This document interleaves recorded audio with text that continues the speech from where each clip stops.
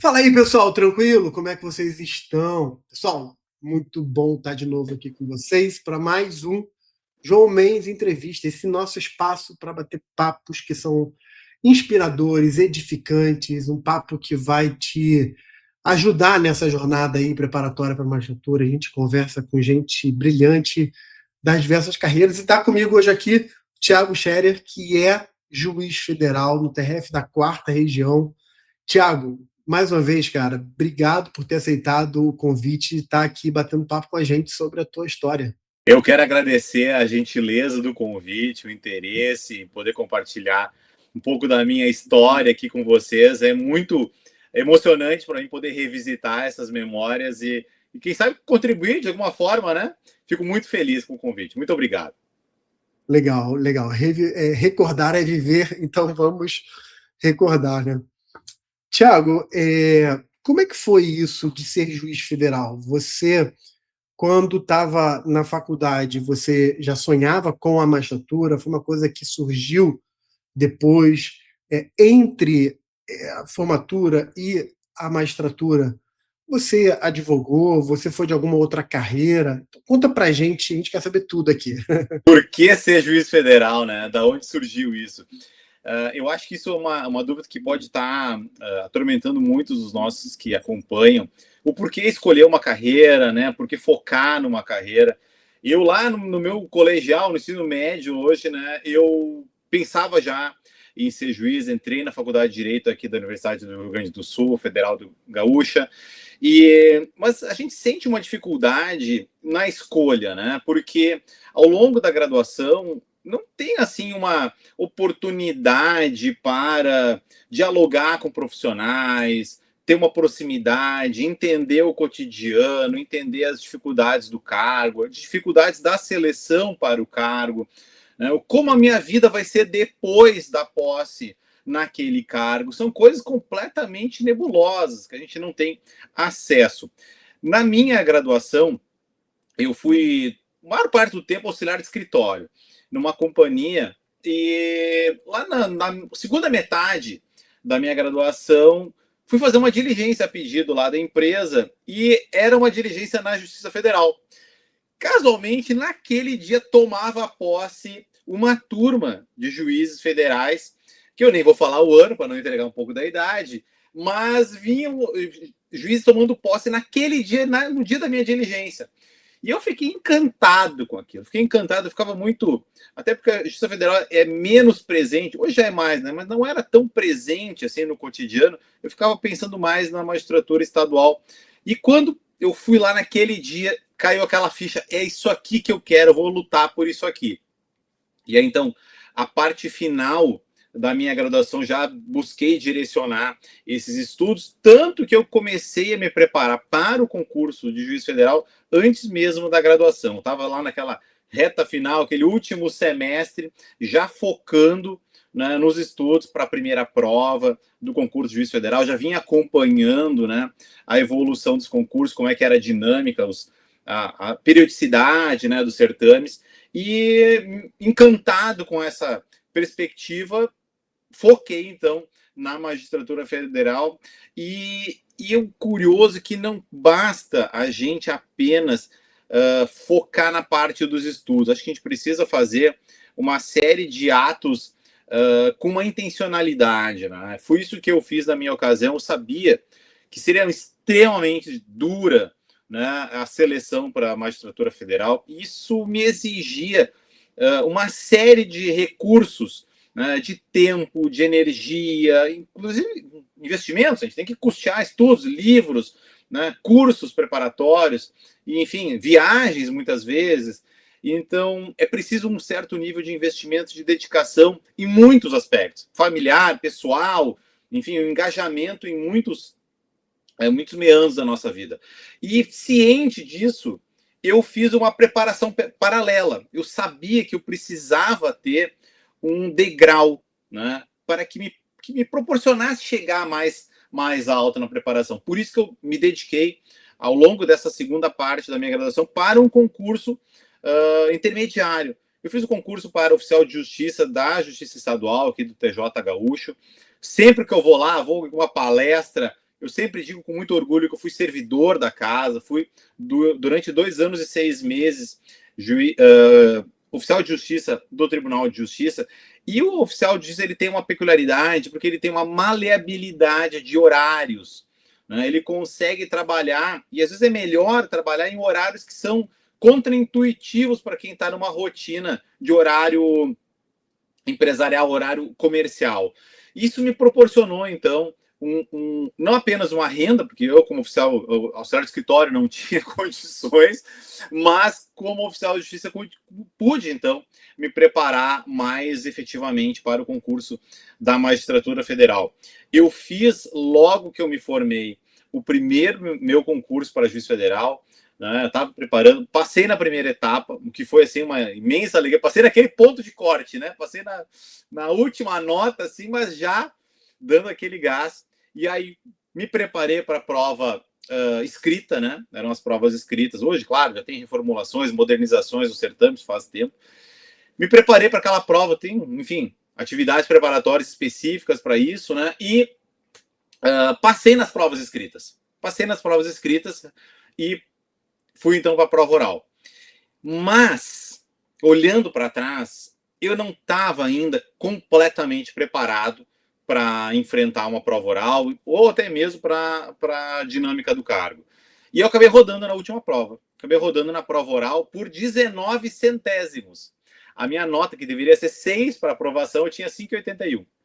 Então, por 19 centésimos, e a gente passa nesse momento um filme na cabeça, porque num instante, ou eu me torno juiz federal, ou no mesmo instante eu posso voltar a ser concurseiro, né? Então é um turning point assim muito emblemático para mim. Eu fiz aquele concurso, foi um aprendizado incrível. A gente chega na prova oral nervoso, eu era muito jovem também, uma prova duríssima, né? Examinadores assim bastante rigorosos, e eu voltei a estaca zero. E acho que aqui é um erro que muitos cometiam naquela época, que como se chega muito próximo da aprovação, se já passou pelas provas escritas, o candidato, às vezes, eu vi muitos fazerem isso, sobe numa espécie de salto alto, né? Já se acha um pouco melhor que os demais competidores. E eu procurei não tomar esse tipo de postura. Voltei a estaca zero, preparando de novo para a primeira prova, para a prova, né, objetivo, digamos assim. E é preciso, cada prova, ela demanda uma preparação específica. Só que é estranho dizer isso, né? Precisa ter uma preparação específica, aquele polimento final nos últimos meses, assim, 2, 3 meses, pelo menos, de intensidade naquele modelo de prova, mas a gente precisa ter uma bagagem. Foi isso que me faltou na minha primeira prova oral. Uma bagagem mais vasta que permita o candidato se desenvolver, caminhar por dentro dos assuntos. Numa prova oral, a gente trabalha inúmeros conteúdos, muitas vezes interligados, com um curtíssimo espaço de tempo para refazer os raciocínios. Precisa ter um trabalho de fôlego. E eu acho que esse é um grande trabalho que o concursando ele precisa atentar. Fazer a leitura de fundo, ter conhecimentos aprofundados até um certo limite de todas as matérias. Esse é um erro que eu via também. As pessoas, às vezes, eram muito boas num assunto, porque trabalhavam com aquilo e tudo mais, e deixavam o resto de lado. Eu não gosto de previdenciário, eu não gosto de penal. Né? E precisa, na verdade, ter um conhecimento suficiente em tudo. Eu, na minha prova, eu fiz, então, novamente concurso, gabaritei previdenciário, por exemplo. Não é uma matéria da minha predileção. Né? Eu tive uma das maiores notas na primeira prova. Né? Na primeira prova, acho que fiquei com 82, 83 questões de 100, que na época era um resultado, sim, muito, muito bom. Voltei, então, para aquela a primeira prova, voltei de novo aos estudos para a prova escrita, com práticas, né? Acho que uma dificuldade que a gente tem hoje em dia, até a caligrafia, né? Para fazer uma prova escrita, a gente tem que ter volume de escrita legível.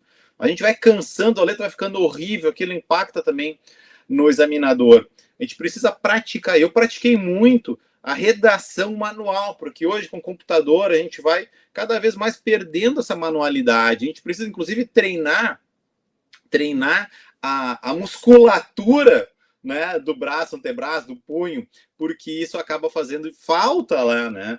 Ao longo dessa minha preparação, e eu senti isso muito emblemático da primeira vez, minha primeira participação para a segunda, eu comecei a fazer natação. Eu tinha nadado competitivamente quando era jovem, e aí voltei a fazer natação. Olha, eu preciso mais fôlego.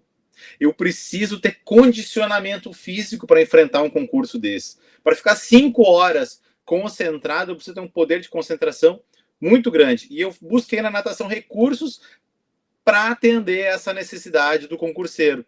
Então, foi um resultado, eu acho que foi fruto de múltiplos fatores, digamos, um engajamento em muitas frentes que me permitiram voltar com humildade para a primeira prova, refazer toda essa preparação manual, física, mecânica para a prova escrita, para conseguir, né, devolver aquele conteúdo numa prova escrita com a velocidade, com a legibilidade necessária, conseguir ser aprovado de novo na prova escrita. E o curioso que nessa vez as minhas notas não eram tão boas quanto da primeira.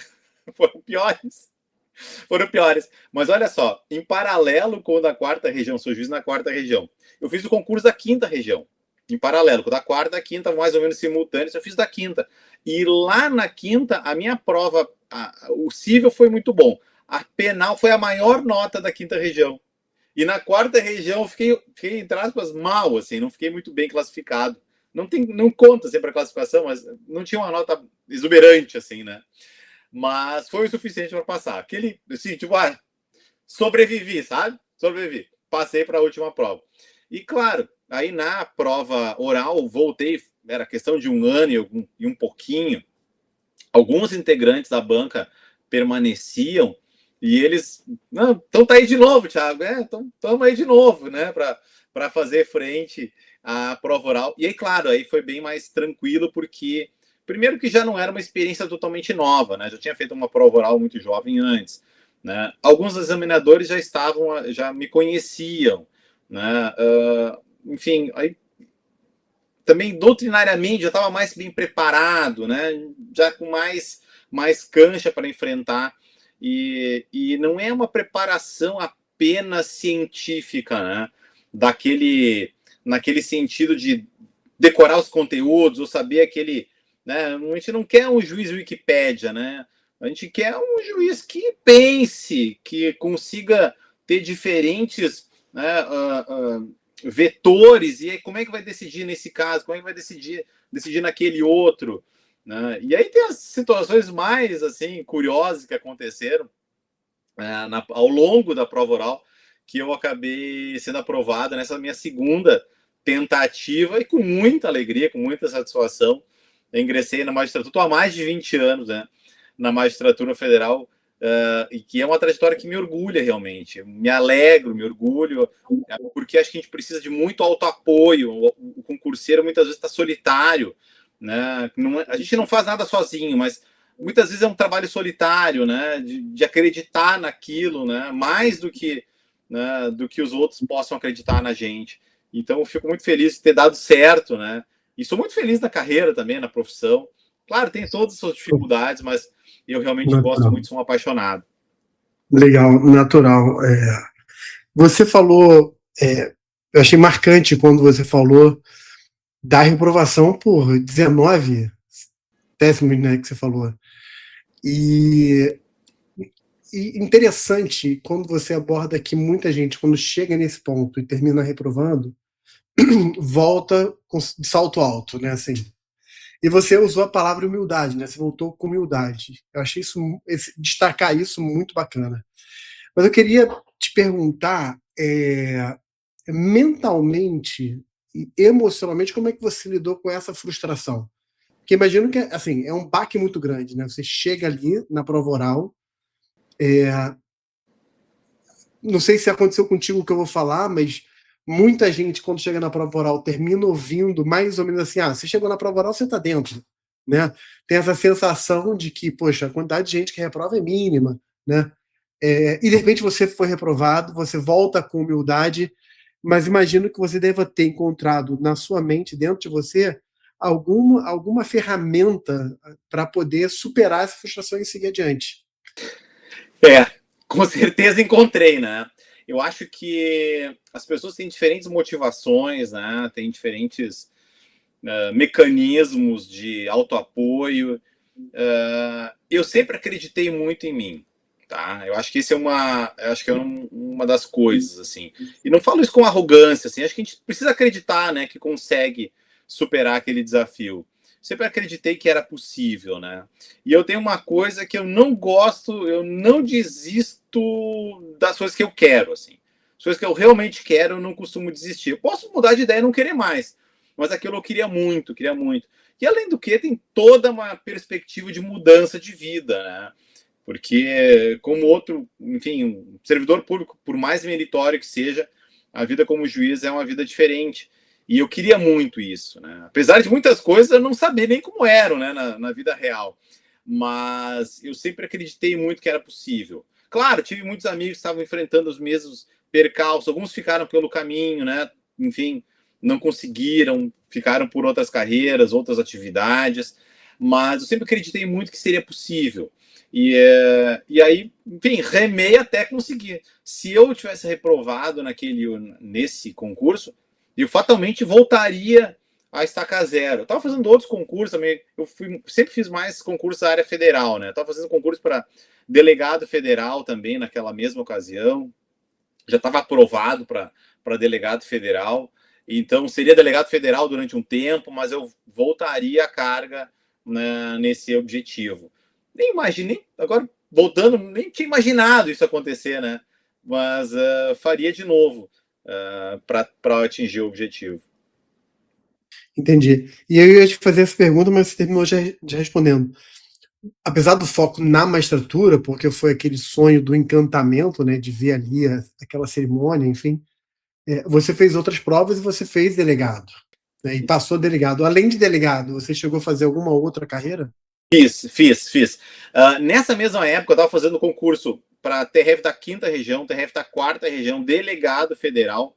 É umas curiosidades da vida, né? Eu sempre estudei muito bem e fui muito bem em penal e processo penal. Sempre foram minhas melhores notas, minhas melhores provas de sentença, nos concursos, sempre foram meus melhores resultados. Mas eu não me considero um penalista, sou um curioso, eu trabalho com tributário, na execução fiscal, então não tenho cotidiano assim no criminal, mas curiosamente para estudar eu tinha prazer naquilo. E na minha preparação eu estudava muito jurisprudência. Eu tenho um interesse muito grande pela jurisprudência. E eu fiz concurso para delegado federal e a prova de delegado federal, assim, por, enfim, alinhamento dos astros, eu também estava preparado porque eu estudava muito os informativos, os julgados, né, a jurisprudência do STJ, do Supremo, especialmente. E, nossa, eu li aquela prova de delegado federal e eu só ia marcando, assim.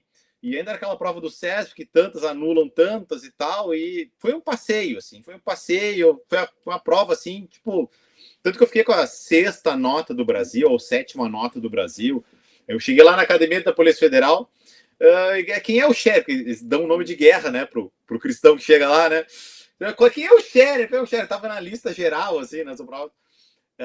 Tava com excelente nota, mas em paralelo a isso, e é uma coisa que pode ser útil para outras pessoas. Eu fiz concurso para procurador da República, porque era um concurso que abriu naquele momento, estava assim, enquanto eu estava me preparando, abriu, e só que procurador da República já era, e deve ser hoje ainda, um concurso com uma metodologia de estudo e de aplicação diferente.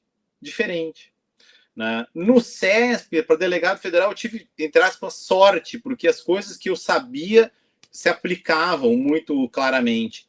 E no MPF, tinha uma metodologia de resolver as provas, né? E alguns colegas faziam, tem que fazer assim a prova, tem que fazer tantas, tem que deixar em branco, enfim, tem uma estratégia, assim, né? E eu, não, que isso?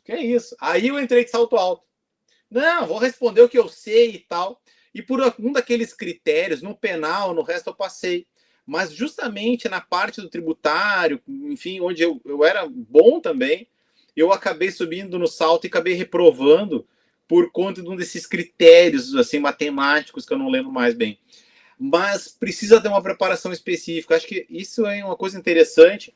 Eu acho raro o candidato que consegue fazer concurso. Meu colega de vara, por exemplo, ele passou em primeiro lugar para juiz de direito, passou para juiz federal, não sei se foi em primeiro lugar também, e passou para auditor da Receita Federal. Ele tem uma inteligência acima da média. Três concursos extremamente diferentes, né? Auditor da Receita Federal, juiz de direito e juiz federal, tudo junto, né? Nos primeiros lugares. E é muito raro isso. Eu acho que quem é esforçado, eu sou esforçado, tem que focar, né? Focar num objetivo. E hoje, enfim, né, as carreiras se tornaram assim atraentes para todos os brasileiros. Né? Eu fiz concurso na quinta região, nós recebemos aqui na quarta região colegas, juízes recém-impossados de diversas regiões. A minha unidade lá recebeu visita, né? Uma espécie de um estágio assim de vida real dos novos colegas das mais diferentes regiões do Brasil. Então, hoje a gente pode, enfim, né, participar de concursos em vários lugares com aquele foco, né? Então, acho que para mim, ao menos, né, nas minhas habilidades, focar na esfera federal foi mais interessante, né? E dentro da esfera federal, claro, foquei mais para juiz federal, sem tantos devaneios. Você falou do MPF e o MPF realmente tinha essa questão de divisão em grupos, 4 grupos, e aí você não podia. Tinha uma nota mínima nos grupos, enfim. E eu acho que você fez o concurso de DPF, se foi nessa mesma época, foi um período que o DPF ficou tipo, muitos anos sem ter concurso, de repente saiu um concurso grande, deve ter sido nessa época, uns 20 anos atrás, a gente falou. Teve um concurso grande, realmente, fazia acho que mais de 5 anos que não tinha concurso. Foi um concurso muito grande, que entrou muitos delegados, entraram muitos delegados. Então, mas você não chegou a tomar posse, você quase não, foi estava delegado. Na academia. Tá. Foi uma coisa curiosa, porque marcaram, tinha passado nas provas para delegado, e aí marcaram a academia da Polícia Federal e colidia com a minha prova de juiz, da minha marcada de juiz federal, a prova oral. E um outro colega que também tinha uma outra colidência, a gente fez pedidos e a administração inverteu as nossas datas. Acho que ele tinha prova para procurador da República, alguma coisa assim, e eles inverteram. Então, a prova que era por ordem alfabética, e meu nome é com T, eu estava lá fazendo a prova com os colegas da letra A. Então, eu fiz a prova e no dia seguinte embarquei para Brasília fazer academia. Daí eu fiquei, enfim, né, umas semanas lá na academia da Polícia Federal, porque o concurso se demorava, eram muitos candidatos, faziam as provas orais e tal. Até homologar o resultado, passava, e veio o resultado, daí eu fui embora. Pronto, daí eu... Aí pronto, foi na carreira do sonho, naturalmente. Exato. Você comentou sobre o gosto que você tinha. E aí, vamos falar um pouquinho sobre isso. Como é que você estudou? Eu sei que foi um tempo atrás, né? Sim. E cada um tem o seu próprio método, não existe uma fórmula única nem mágica. Mas como é que foi a tua experiência de estudo? O que você sentiu que, para você, deu mais certo e que, eventualmente, para você não funcionou tanto?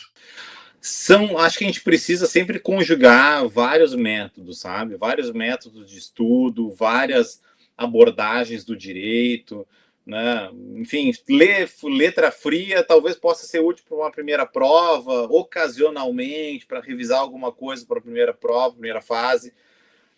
E assim por diante, né? Eu sempre li muita doutrina de fundo, né? E a jurisprudência vinha dar aquele polimento, né? Para mim sempre foi uma questão de aplicação prática e acompanhar o que estava assim sendo tratado nos tribunais, né?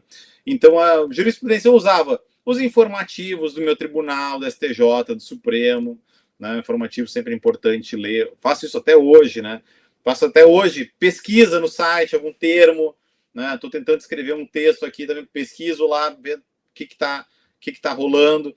E no meu cotidiano, né, nas execuções fiscais, o STJ julga muita execução fiscal, né? A primeira exceção do STJ, toda sessão de alguma das turmas da sessão ou da própria primeira sessão julga bastante a execução fiscal. Então, eu estou sempre acompanhando pelo site, pelo informativo, ou pelo... Agora tem jurisprudência em tese, enfim, tem várias ferramentas. Eu sempre fui curioso, assim, e acompanhando, claro, nas aulas, enfim, né? Eu sempre gostei muito de aulas também. Né? Sempre achei assim, uma aula bem dada é algo prazeroso assim de consumir, né? Uma aula bem dada, alguém que sabe a matéria, que tem desenvoltura. Eu sempre achava saboroso assim assistir uma aula bem dada. Claro, sempre li bastante e é fundamental, né, para o concurso, mas eu acho que não dá para fechar, sabe, a porta para nenhuma alternativa de estudo. Acho que num concurso desses que é de altíssimo nível, né, uma exigência altíssima, a gente não pode negligenciar nada. A gente não pode negligenciar nenhuma vertente do direito, a gente não pode, né, nenhum método de estudo, horários do dia, é uma preparação de fôlego, realmente, assim, que toma muito da energia da gente ao longo daqueles anos. Né? Legal. Você, na época, conciliou com o trabalho. Você conciliava com o oficial de justiça, e aí você falou que tinha essa flexibilidade. Na prática, não precisa ser tão exato, tão preciso no que eu vou te perguntar, mas você tinha uma média diária de quantas horas de estudo por dia? Olha, eu tinha uma rotina, eu sempre gostava muito, eu faço isso até hoje, né? Acordo de manhã cedo e já começo a estudar, né? Tomo uma água, já sei agora no computador, sento, já começo a escrever ou ler, começo a estudar, tomo café da manhã, sigo estudando mais um pouco. Na minha rotina como oficial, eu acabava indo trabalhar mais no final da manhã, já estudava algumas 2, talvez 3 horas pela manhã. Dependia muito entremeado, né, com a rotina dos mandados. Tinha dias que eu conseguia isolar mandados e conseguia mergulhar um dia inteiro. Aí eu mergulhava, não ficava um dia inteiro só estudando, mas eu alternava as matérias. Né? Então, em cada turno eu estudava 2 matérias. Eu estudava sempre matérias muito diferentes umas das outras. Né? Então, eu estudava direito administrativo e aí era direito civil. Né? Ou de tarde, processo civil e ambiental. Né? Para serem matérias bem... Não queria que fossem matérias complementares, né? Porque a gente precisa conseguir desenvolver o raciocínio, né? Era a minha metodologia, né? Estudar várias matérias ao dia. E de noite eu sempre estava num curso. Sempre tinha aula, então já estava cansado, né? Já está cansado, daí então, é aquele negócio que o professor pega a gente pela mão para ir mais longe. E professor, eu falo como professor, né? A gente termina dando um caminho um pouco mais curto, não no sentido pejorativo da palavra, mas no sentido assim, a gente já dá aquilo que sabe que vai cair mais, né? E aí é o que você falou, o professor pega pela mão e leva, né? Otimizar, né? Otimizar o investimento de dinheiro, tempo, energia, frustração. Uhum. Otimizar. Você costumava fazer questões de prova? Eu estou fazendo essa pergunta porque eu estou lembrando do comentário que você fez do MPF. Né? Você foi muito confiante naquele caso, né? E assim, eu pressupus pela tua fala de que para a magistratura, porque você tinha feito prova, imagino que você tinha treinado mais, né? Sim, com toda certeza. No MPF foi uma aventura, assim, né? Deu certo para delegado, mas deu errado para o MPF. Para juiz, sim. Para juiz, eu vinha fazendo todas as provas dos concursos anteriores. Tinha feito todas as provas anteriores, né? E as provas escritas também, né? As provas de sentença, a gente fazia como treino. Então, sim, tinha uma dedicação. Acho que hoje isso tem uma importância até maior do que eu dava na época. Claro, hoje a gente tem muito mais acesso à informação, tem muito mais banco de questões, enfim, tem mais ferramentas, mas sim, eu acompanhava as provas e uma coisa curiosa é que eu vejo muitos que gostam de fazer uma prova simulada, né? Bloqueia um tempo lá, 5 horas, 4 horas, e faz uma simulação de prova, vê a sua performance. Isso é uma coisa que eu nunca fiz. Particularmente nunca fiz. Talvez seja até um demérito da minha preparação, porque eu realmente não tinha tanta tanta bagagem ou tantos testes para refazer naquela época.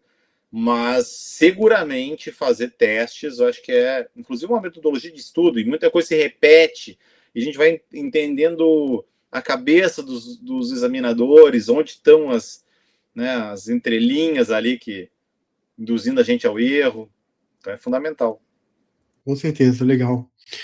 Quando você olha para o pessoal que passa, qual é a sua impressão hoje de como quem passa hoje, nos casos que você tem contato, quais características dos aprovados você destacaria ou te chama atenção que possa ser útil para quem está estudando aqui? Boa. Quando eu fiz o meu concurso, a gente faz aquelas dinâmicas, né, de psicologia. Tinha um juiz de direito e eu era oficial de justiça. E eu me sentia assim, né, aquele juiz de direito fazendo concurso para juiz federal. E casualmente, esse último concurso que a gente recebeu a visita de vários colegas não ingressantes, muitos ex-juízes de direito. Muitos. Chamou atenção com outras passagens. Promotor em outro estado, juiz de direito em outro estado da federação e voltando para a região. Isso me chamou muito a atenção. Mas existem casos dos mais variados, assim, candidatos excelentes, excelente trato, que advogavam no previdenciário, advogavam na execução fiscal, que são áreas hoje em dia de entrada na advocacia, né? Porque é uma barreira de acesso mais baixa, tem muito volume, né? Não se exige conhecimentos tão avançados, mas diria que são talvez na idade um pouco mais homogêneos, né? Acho que é uma característica que também não se perdeu ao longo do tempo, né? Mas com histórias de vida diferentes, assim, tu vê, desde advogados, assim, estavam, né, pagando suas contas, assim, com a militância e ex-juízes, né? E eu falava lá, mas vem cá, é sério mesmo que tu saiu da magistratura do tal estado que é famosíssimo por ser uma remuneração bastante interessante, né? Muitas vantagens, assim, invejado, né? Até por nós.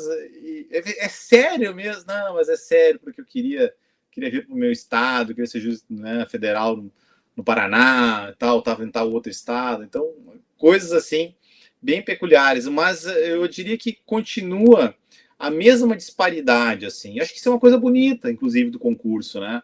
Que eu era servidor, né? E estava um juiz fazendo prova comigo. Eu fiquei melhor classificado que ele, né, no nosso concurso. Né? Somos colegas de magistratura. Nenhum demérito, né? Mas eu acho bonito isso. Acho que isso é uma das coisas legais, né, dos concursos públicos, que a gente pode ascender, né, os cargos mais seletivos da República por mérito, por estudo. Eu nunca tive ninguém da minha família da área jurídica, muito pelo contrário, a família sempre se dedicou muito aos estudos, né, e valorizava muito isso. Então, acho que me ajudou muito essa herança, né? Mas que legal, né? Que alguém que sai lá do interior, que estudou em escola pública, fez faculdade federal, só fez faculdade federal, né? Porque não haveria outra possibilidade. Eu não faria faculdade privada, não faria faculdade privada. Eu só fiz faculdade porque eu fiz faculdade federal, que era gratuita, né? E aí, enfim, por muitos fatores de auxílio também, de amigos, de alinhamento dos astros, mas também por iniciativa, consegui chegar num cargo desse nível, né? Com esse poder, com essa importância que tem na República. Então, isso é uma coisa bonita do concurso. Não falo por mim, que a minha trajetória é a mesma de outros milhares, mas eu acho que isso é uma coisa legal, né? Que a gente fica imaginando como é que se consegue, né? Mas é por mérito, por aprovação num concurso que muitas vezes a pessoa vai te ver só na prova oral, né? O examinador vai te ver só na tua cara, se é branco, se é preto, se é, enfim, baixo, gordo. Essa abertura, essa democratização, ela é muito legal, né? Aqui, por exemplo, eu tenho entrevista com juíza que foi babá, foi doméstica, e passou em primeiro lugar na magistratura estadual. Justo. Tem uma colega sua, é da magistratura federal, só que eu acho que ela é, se não me falha a memória, da primeira região. Ou primeira ou primeira ou terceira. Enfim. Mas ela andava 18 quilômetros por dia para estudar. 18 quilômetros por dia, botava o livrinho, pé no chão, barro, estrada de barro, 18 quilômetros para estudar, para voltar, e hoje juíza. Gente que passou sem nenhuma. O pai já era promotor, ou seja, já tinha uma vida financeiramente tranquila e passou para a magistratura. Então, assim, você tem desde, é o que você falou, desde gente que vem de uma condição econômica, de repente, boa e confortável, até gente que vem numa situação absolutamente adversa, que tinha que, assim, se virar. Tem um cara que a gente também gravou entrevista com ele, que ele foi borracheiro, né? De borracheiro a juiz federal, né? Enfim. Então, a chance está dada para todo mundo de forma igual, né? Basta você ter esse foco, né? Isso é Muito lindo. bacana. Muito bonito mesmo. E hoje a gente quer, como a gente quer te conhecer, hoje você então já tem 20 anos de magistratura. Como é que foi esse percurso de 20 anos? Você foi para a área acadêmica, publicou livro, não publicou? Como é que tá aí? Fala pra gente. Isso é uma coisa curiosa, né? Que cada um tem o seu timing, né? Eu fiz mestrado por uma oportunidade que surgiu, né, de estudar em Portugal. Eu fiz mestrado em Portugal ali 18 e 19, né? 2018, 2019. Coimbra ou Lisboa? Em Lisboa. Lisboa. E, eu tô perguntando porque eu fiz em Coimbra. Ah, sim. É daqueles sonhos que a gente nem ousa sonhar, mas apareceu a oportunidade, enfim, vamos lá. E foi maravilhoso, uma experiência fantástica. Eu acho que o brasileiro tem muito daquela sensação, assim, né? A síndrome do cachorro vira-lata, né? E, na verdade, não. A produção brasileira é fantástica, tá de igual para igual com uma das melhores produções doutrinárias do mundo. Então, foi uma experiência fantástica. E aí depois, agora, 2023, eu iniciei o doutorado, né? Comecei, então já mais maduro, né? Realmente, o doutorado, e terminei agora, final de 2025, eu terminei meu doutorado, estou só esperando a emissão, né, do diploma, mas foi uma tese que me encheu de orgulho e que vai ser publicada também, foi aprovada com nota máxima, indicação de publicação, né? E foi muito legal, uma coisa que eu nem sonhava, assim, né? Naquele sonho mais remoto, assim, sabe aquelas coisas que fica pensando assim, lá no travesseiro, ninguém tá ouvindo, quem sabe um dia eu fazer um doutorado, né? E aconteceu, as coisas surgiram, né? E foi fantástico, uma experiência que eu adorei. Né? Escrever uma tese é uma atividade que absorve a gente, né? Com a graça de Deus, né? E precisa ter um fim, né? Porque seria insuportável passar muito mais tempo com aquilo, né? Mas é uma experiência que a gente precisa passar realmente. Mas em paralelo a isso, eu já vinha desde 2021, salvo engano, com o Instagram, que eu convido o pessoal a acompanhar. Fui citado até em prova de concurso. Uma vez um seguidor me comentou. Eu tenho um perfil do Instagram, que é o Execução Fiscal em Curso, que é um perfil informativo sobre execução fiscal, sobre ser tributário, sobre a cobrança tributária, que é um ramo onde eu trabalho, né, mais de 20 anos e que eu gosto muito. E aí, por indicação se eu puder fazer um jabá, esse foi meu primeiro livro. Claro. O meu primeiro livro é um livro de comentários à lei de execuções, e essa é a primeira edição, e justa essa edição foi citada numa prova de concurso, então fiquei muito, muito feliz, muito orgulhoso, mas foi um pedido dos seguidores, professor, precisamos então de um livro, né, que eu lecionava ocasionalmente, assim, não em graduação, mas ocasionalmente, um curso de qualificação, um tribunal tinha uma demanda lá para qualificação de servidores e por aí vai. Mas aí, enfim, na saída da pandemia, né, naquele momento de isolamento ainda, e eu senti essa necessidade, abri o meu Instagram lá, o Execução Fiscal em Curso, comecei a publicar conteúdo informativo sobre execução, e me pediram, E aí uma pessoa das minhas relações, tem que escrever esse livro, tem que escrever esse livro. Então tá, então vou escrever. Daí eu levei 1 ano e meio para escrever esse, que é o meu Comentários, que agora essa aqui é a edição que está no mercado, é a segunda edição. Em seguida vai sair uma nova, né? Que eu troquei de editora. Mas... E aí seguiu, né? Daí, enfim, saiu um livro só com material didático dessas aulas, né? Que na literatura é muito comum, né? Livros que são compilados de crônicas, compilados de colunas de jornal, compilados até no jeito de compilados de pareceres, né? Então, enfim, vários textos. Eu organizei esses textos com a minha metodologia de ensino e aprendizagem, que é um livro de materiais didáticos, que fiquei muito feliz também. Eu tenho um livro de prescrição e decadência na cobrança tributária, que essa aqui vai ser a capa da segunda edição. Esse aqui é o boneco que está saindo agora, as próximas semanas vai sair a edição nova, né? Essa aqui é a segunda edição, tem 300 e tantas páginas, só tratando fundamentalmente de prescrição na cobrança tributária. E esse aqui é um livro que eu escrevi para o meu doutorado. Uma das atividades avaliativas fora da tese era escrever um texto, que podia ser um artigo, podia ser um livro. E meu orientador, escreve o artigo, Thiago, te livra, né? Vamos adiante. Mas eu queria muito escrever o livro, que era um livro de comentários da nova resolução do CNJ 547, hoje já não é tão nova, né? De 2024, que é o Cobrança Tributária, que é um livro analisando os impactos dessa resolução do CNJ na cobrança tributária, que reformulou totalmente o método de trabalho da cobrança tributária. Então eu escrevi esse livro também, está sempre um dos mais vendidos lá na Amazon, pela editora Mizuno. Fico muito feliz e sabe que depois, né, isso é um prazer que me despertou na maturidade, né, escrever explicando as coisas. Aí eu recebo feedback, né, de alguns seguidores, alguns alunos. Olha, eu só consigo entender quando o professor me ensina desse jeito. Esse texto eu consigo entender, né, uma didática que para mim soa agradável, e então está sendo bem recebido pelo público.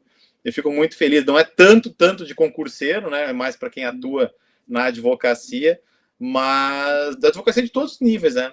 Eu tenho alunos, tenho leitores aí que são juízes de direito, são assessores de tribunais de justiça, assessores em varas de fazenda pública, advogados de conselhos, advogados, procuradores do estado, procuradores municipais. Então é bem variado, assim, né? O público. Mas fico muito feliz. E é curioso, né? Porque é um pouco da minha trajetória, pouco não, acho que é muito, da minha trajetória profissional, que eu deixo registrado, né? Um amigo fala, olha que legal, né? Tu vai deixar, teus filhos vão ver uma lista de livros, assim, numa estante, que vão ser uma espécie de herança, assim, né? É um legado, né? É um legado. É um legado do que a gente fez, assim, né? Então é bacana isso. Bacana. E assim, execução fiscal, mesmo o livro não sendo tão concurseiro, digamos assim, mas execução fiscal, eu acho que é legal seguir o teu perfil, porque assim, magistratura federal e procuradorias, né, botando procuradorias no plural, seja estadual, municipal, seja mesmo as carreiras da AGU, é um tema fundamental, né, assim, que faz a diferença para ser ou não aprovado. Né? É um tema da primeira página, né? Não tem dúvida nenhuma. Quem é concurseiro para procuradorias, para juiz federal, não tem dúvida nenhuma que é tema da primeira página. Porque a execução fiscal ela tem uma importância estratégica no judiciário fantástica, né? É o maior acervo processual brasileiro, né? Todos os tribunais julgam muito a execução fiscal. Nós temos iniciativas que estão revolucionando a cobrança tributária.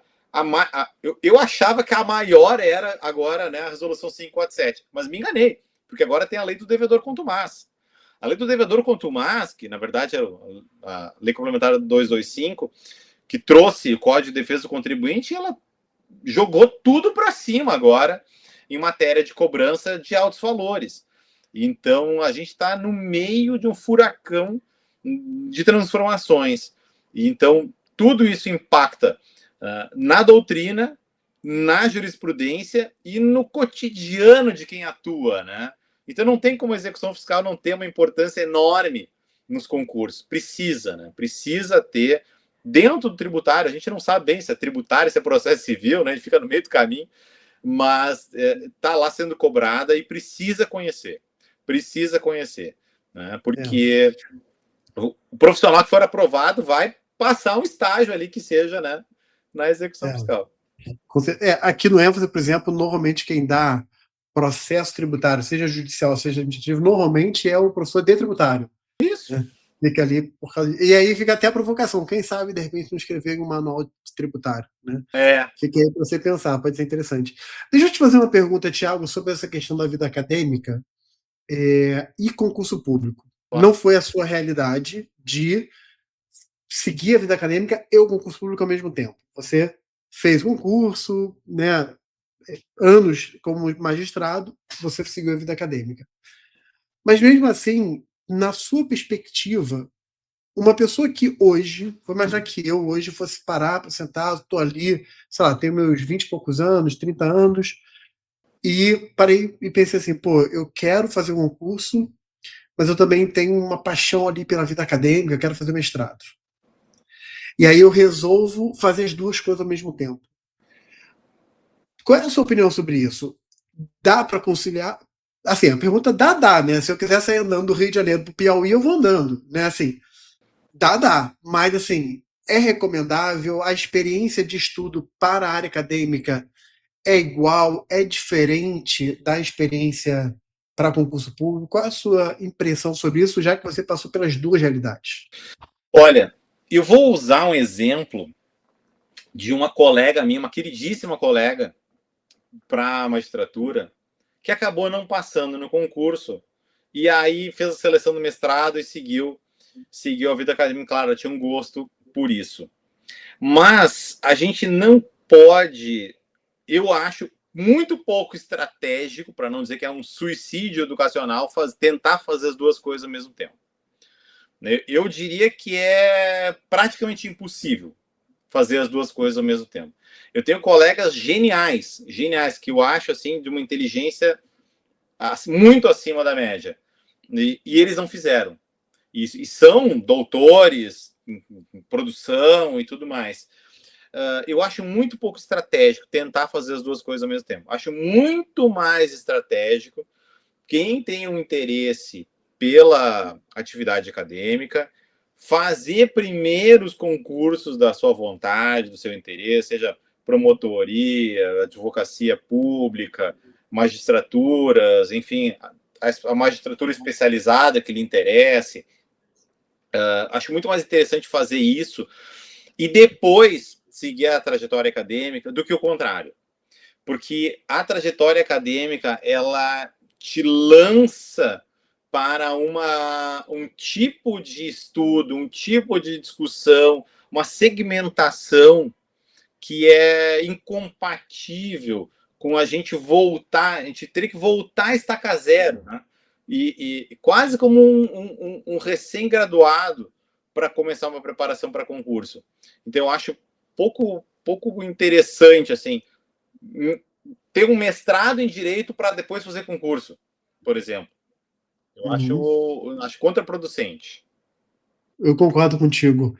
Eu acho que fazer simultaneamente o tempo que você falou, é quase um suicídio intelectual, né? Porque assim, um é um estudo muito profundo, outro é mais horizontal, né? Tudo é muito diferente. E fazer a vida acadêmica primeiro, para magistratura depois. E aí eu vou ser muito realista, não sei se você vai concordar comigo. Muita gente que tenta a vida acadêmica faz por gosto, mas também com pretensão profissional.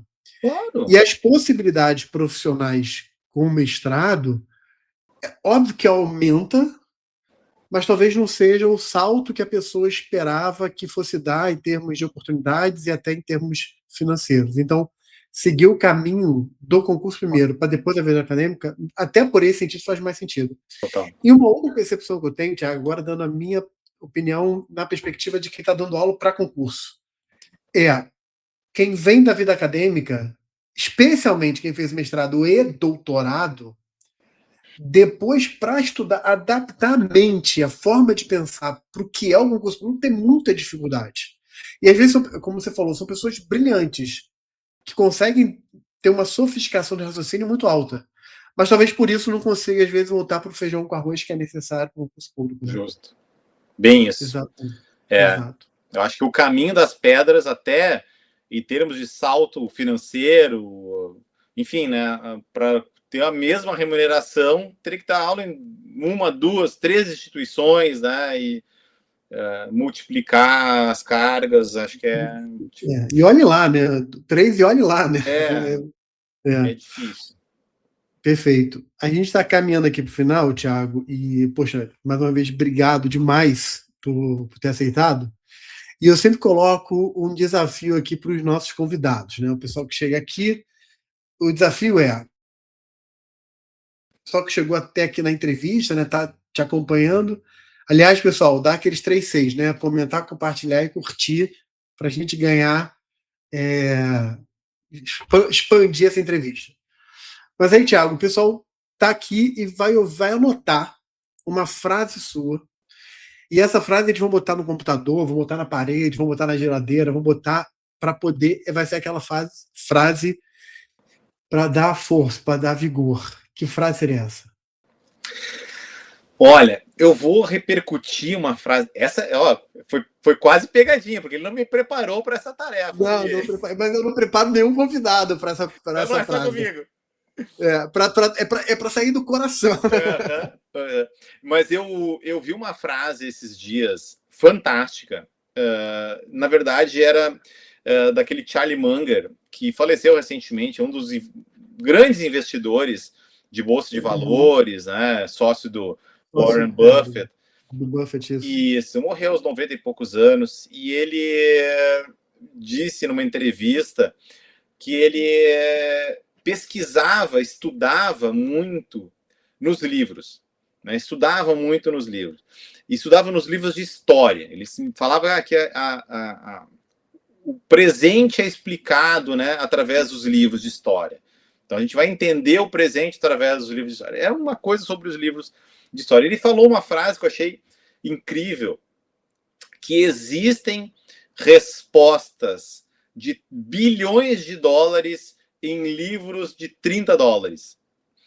Então, acho que é uma coisa de um pouco de história, um pouco de economia, de investimentos, mas acho que vale para muito. Né? Acho que a resposta, né, para grandes questionamentos que a gente tem, às vezes são relativamente fáceis da gente acessar. Né? Estão aí. E uma outra frase que eu esses dias eu uso até em palestra, né, e dizia o seguinte: se você quer ter uma grande ideia, leia livros antigos, né? Que é mais ou menos a mesma coisa, né? O mesmo conteúdo. Isso, tá na mesma linha. Na mesma linha. E lendo, eu sou um entusiasta da jurisprudência. Por exemplo, eu sou um entusiasta da jurisprudência do TFR, que é um tribunal extinto. Mas muito do que está ali explica onde a gente está hoje. Né? Então, eu ensino jurisprudência do TFR. Né? O passado nos ajuda muito. Então, estudar, acho que tem muita solução para todas as nossas inquietações, então, já está lá resolvida. É o trabalho de encontrar. Muito legal. Assim. Talvez alguns te ouviu falar do Tribunal TFR, né, Tribunal Federal de Recursos, e falou assim, gente, que nem sabia que isso existia. Seria o precursor do que hoje a gente conhece como STJ. Exatamente. Né? Mais ou menos, né? Ficando ali entre TRF e STJ, uma coisa bem diferente, diferentão, né? Bem diferentão. Legal. Tiago, obrigado demais, cara, por ter aceitado essa entrevista. Pessoal, siga o perfil do Tiago.